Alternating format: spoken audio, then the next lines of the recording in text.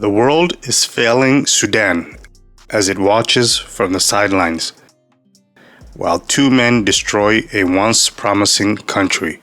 From what was supposed to bring hope, the revolution of 2019, which ended Omar al-Bashir's 30-year rule, you got that right, 30 years, began with dreams of freedom and democracy.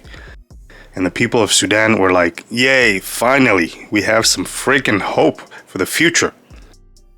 The people envisioned a new era, one where their voices mattered. For a brief moment, it seemed possible. Hope was in the air.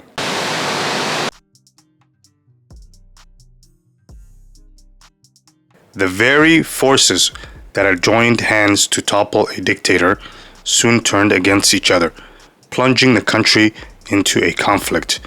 And the people were like, are you serious? We just got rid of a dictator, and now one of these two guys wants to become a new dictator? To understand the war in 2024, we need a quick history lesson. Sudan has a complex history, with a mix of cultures, ethnicities, and religions that have coexisted peacefully.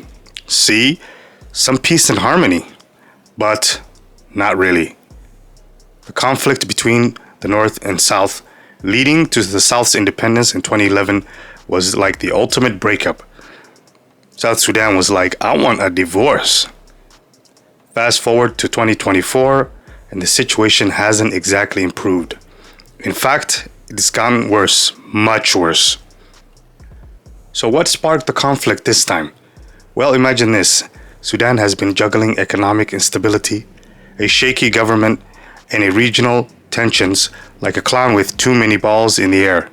Eventually, something's gotta drop, right? In 2024, it wasn't just one ball, everything came crashing down. And the people were like, can't we have one freaking good thing for us? The immediate trigger was a power struggle between Sudan's military leaders. The main contenders, the Sudanese army forces led by General Abdel Fattah al-Burhan, and the rapid support forces led by Mohamed Hamdan Dagalo. These two aren't exactly best buddies. They're most likely frenemies, each trying to outmaneuver the other for control of the country. You can think of it as two rival villains with their own armies.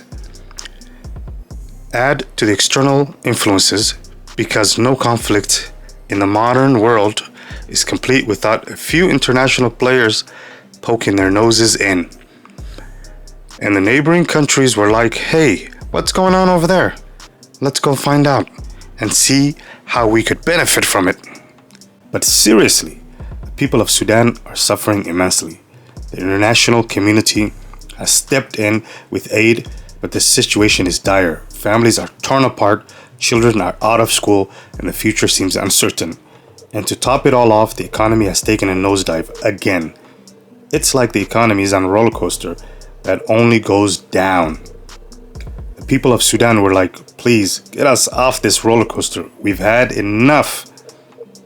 But there's hope. There's always hope, right? Peace talks are ongoing, and while it's a long shot, the world is watching, praying, and negotiating.